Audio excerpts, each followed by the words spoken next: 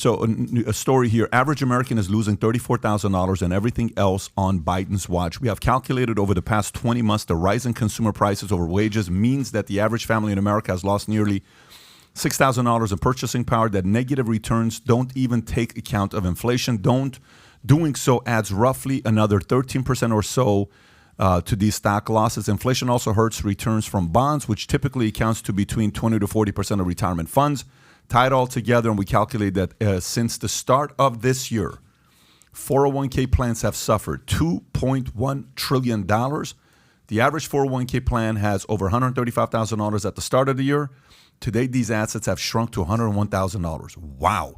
In other words, today, the average 401k is down $34,000, more than 25% in less than 1 year.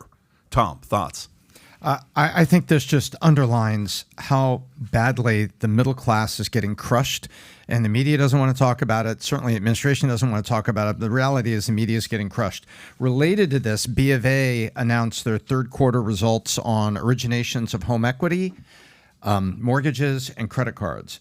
And home equity lines went from like 2.5 billion of new home equity lines Q2 to 2.4, so it was down. But what's interesting, you know what the average FICO score for the new home equity lines was in Q3? That? 792. What?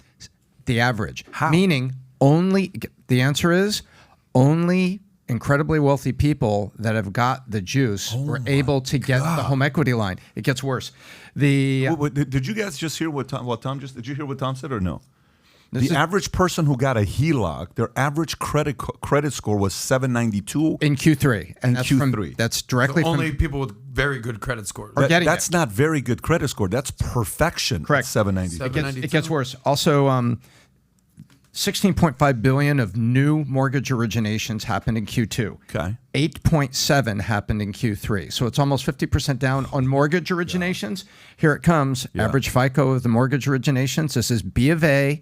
I double checked it. B of A announces 768 was the new mortgages in Q3. So the only people buying our house are people that are way up and able to afford it. So I think you take those two pieces of information that only the people with juice are able to get HELOCs and new loans, and you take a look at all this, the middle class is getting crushed. And if you just look far enough, you're seeing the true depth of it. People aren't buying new houses, are not able to get HELOCs, and now they've lost all this power and they've also lost their retirement. Middle class are getting crushed so badly. The true scope of it is not really apparent. I don't know. I think this article is a little disingenuous, and I'll tell you why. Because I have a 401k, all right, and I'm 41 years old. I'm not retiring anytime soon. So let's say I have $500,000 in my 401k right now, and it goes down from 500,000 to 400,000. Doesn't fucking matter. I'm not touching my 401k until I'm 70 years old anyway. So it's almost irrelevant. It's like, who cares?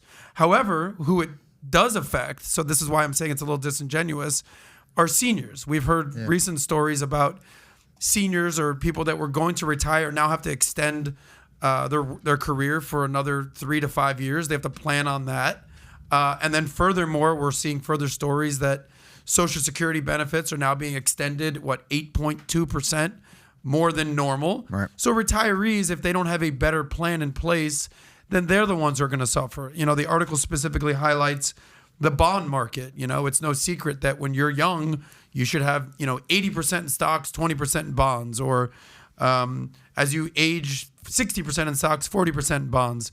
But if you're 75 years old and you don't have 80% of your portfolio in bonds, what are you doing anyway? Here's the challenge, though. Go ahead. The challenge with that is, I as a person who was a financial advisor for 20 plus years, 20 years, give or take, Series 7, 66, 31, 26, you take all this stuff. I can sell futures, commodities, bonds, stocks, options, put, call, annuities, life, all that stuff. I cannot tell you how many companies who people have their 401ks with, how few times the average 401k holder sits down to readjust and reallocate where their monies are at. Yeah. If the average, matter of fact, if the person's listening right now and you have a 401k with a company, okay, when is the last time the 401k specialist of your company came in, sat down with you to tell you to reallocate it based on your age, where you're at with the current economy? When's the last time that happened? You know how often that happens? It rarely happens. And if it happens, it's less than 1% of the time. So Yeah. the average person is just sitting there saying, man, like, here's what happened the other day. Somebody's got money in their 401k, pretty well-known person's like, hey, Pat, man, I haven't looked at my 401k for a while. Can you just take a look at it? Like, this is a person that's made real money. And I'm like, when's the last time you looked at it? Not in a long time. I'm like, seriously? Yeah, and they're not young. How old are they? Late 50s, early 60s. Yeah, they should be paying close attention to it. But it's not that they should be. It's the same story with most people should get annual physicals done. Most people should get their teeth checked out.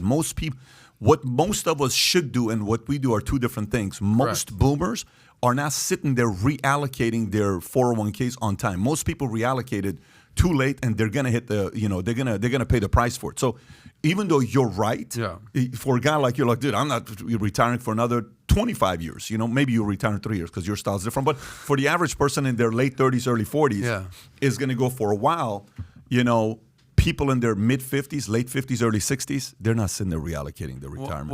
They're being hit by it. So if you like this clip and you want to watch another one, click right here. And if you want to watch the entire podcast, click right here.